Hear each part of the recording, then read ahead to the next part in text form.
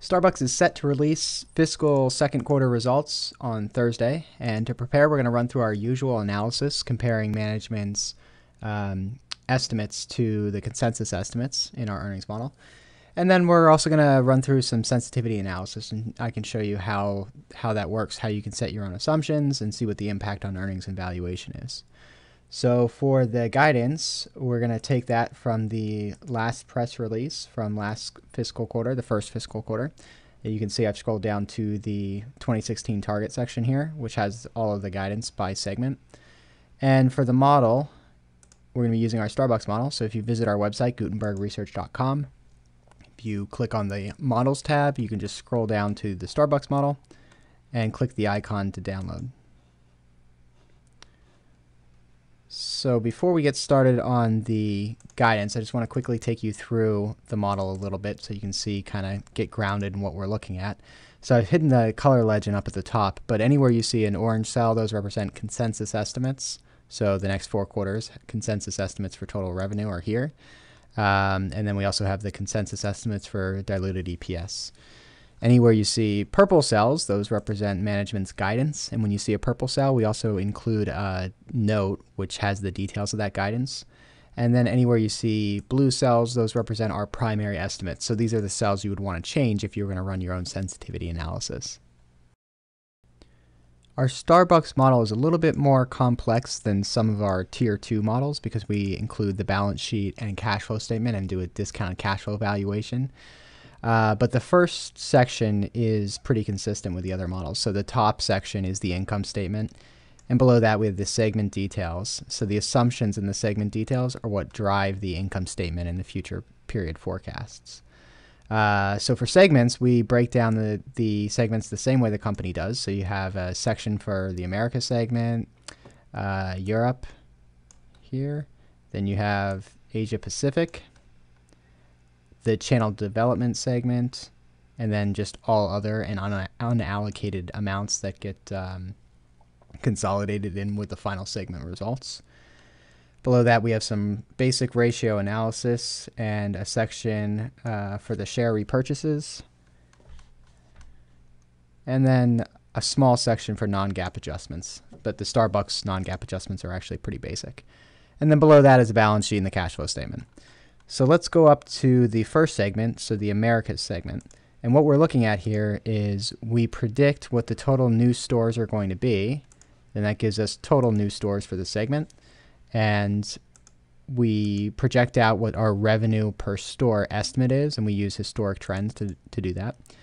And then obviously you can just get to revenue by multiplying the total number of stores by the average revenue per store. And then we do the same thing for each segment. And if you look at the revenue line, it's just taking the sum of each of the individual revenue calculations for each segment. So pretty straightforward to see how we're forecasting the future periods. And then we apply an operating margin assumption for each segment, and that is how we back into our operating income up above in the income statement. So now that you know how the model works, we can start to go through the guidance that management gave us. So let's take a look here. And rather than going back and forth between this press release and the model, we've actually included the comments in our model.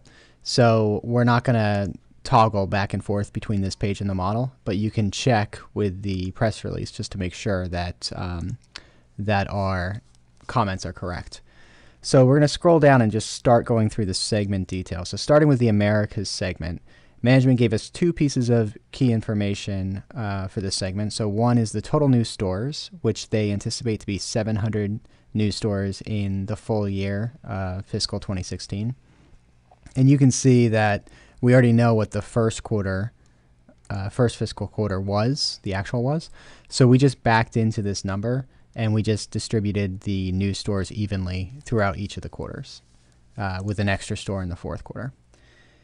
And then they also gave us guidance for the operating margin. So they said that they expect a moderate improvement in operating margin year over year. So for that, we looked at what the margin was last year, 24.2%, and we increased it by 60 basis points. So this might be an area where you would want to run some sensitivity analysis. You could easily say, well, maybe moderate means this goes up to 25%. So you could just change these until you get to 25. Oops. There you go. So that's how you would run sensitivity analysis. And if you stick to the blue cells, all the other equations are linked. So it'll automatically transfer through the earnings in the income statement. So I'm just going to undo those because we don't want to do that for right now.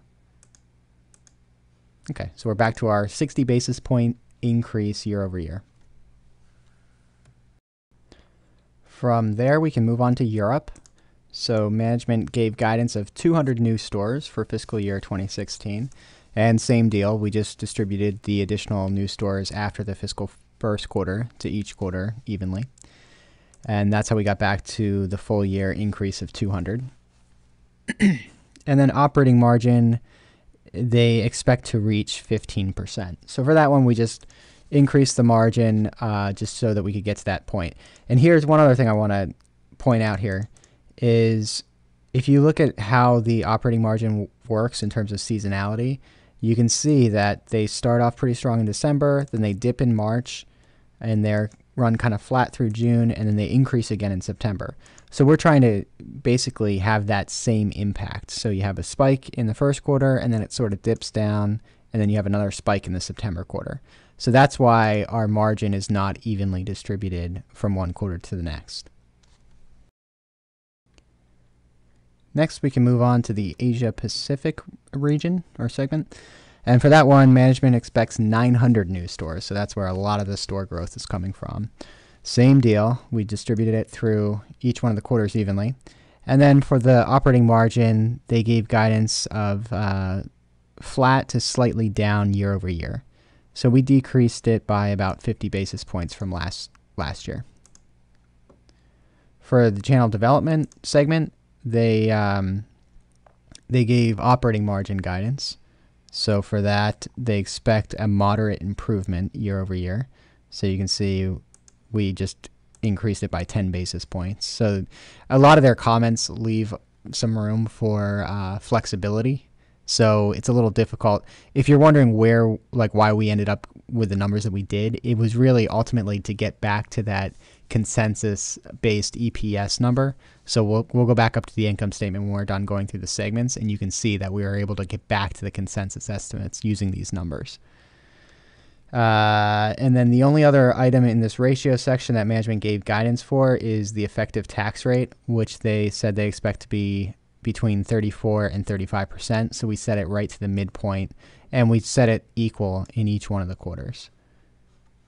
And it looks like that's all let me just check really quick if they gave any guidance. So you can see each one of these items they gave guidance for. And there was no guidance on the stores for the channel development segment, but they did give guidance on the operating margin. Tax rate. Oh, then the last item that they give guidance on is just this capital expenditure of $1.4 billion. So we did include that, but that is in the cash flow statement. So you have to scroll down below the balance sheet, and you can see here that we've set the CapEx to $1.4 billion for the entire year.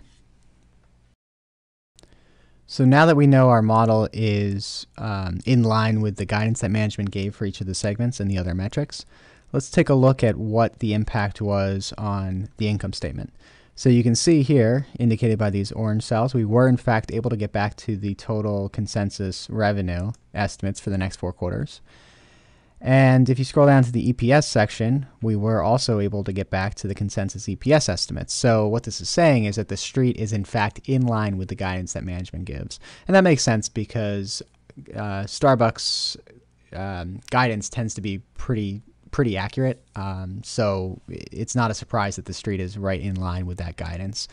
And then if you look at the bottom line EPS, management did give details for that as well. And you can see that on a GAAP basis, they guided between 184 and 186 per share. And so the street is right at the top end of that range. And then they guided non-GAAP EPS between 187 and 189. And so this is, again, right at the top end. So we could adjust that non-GAAP adjustment in the section below our ratios to drop that penny off, but that's really not a big deal there. Next, let's take a quick look at the valuation before the release. So if you scroll down here, like I had mentioned earlier, this is a tier 1 model. So we have a multiple valuation and we also have a discounted cash flow valuation. And our multiple valuation is just taking the next 12-month consensus EPS estimate and creating a price earnings ratio based on the average over the last 3 months. And right now, shares are trading at about 31 times that next 12-month consensus EPS estimate. That's where you get to the $61 per share. And we value cash separately from equity. So it's not as big a deal for Starbucks because they only have 27 cents in net cash per share. So this valuation is actually at the high end of over the last 3 months. This represents the high end of that range. But that's not a huge deal. It's just you'd like to see it closer to the average ahead of a release because it just means there's a little bit more risk of a decrease in share price if they get some negative news. But overall, it's been pretty stable over the last couple of months. And then if we look at the discounted cash flow, so this is based on a 2-stage approach. So we take the net present value of the next 5-year free cash flows, and then we calculate a terminal value, and we discount them both by the weighted average cost of capital. And we use the constant Sharpe approach to get back to that weighted average cost of capital. If you like the details, there's a video tutorial that discusses how we calculate this. And you can see we have a couple of blue cells in here. So this is another area that you could run some sensitivity analysis. So you could change, say you want to change volatility and see what impact that has on the required return on equity. Or same thing with interest rates, because the Fed is currently changing or increasing interest rates. So if you want to see what kind of impact that would have on Starbucks valuation, you could change the risk-free rate there. You could also change any of these blue cells. So going back to the segment details, that's probably what you're going to want to focus on since we're looking at earnings. So if you want to see what would happen if their margins were a little bit worse in some of the different regions, you could go ahead and do that and instantly see what the impact on earnings and valuation would be. Be sure to check back after the release. We'll update the March quarter, and we'll also make any necessary changes to the fiscal 2016 full year guidance based on that new press release.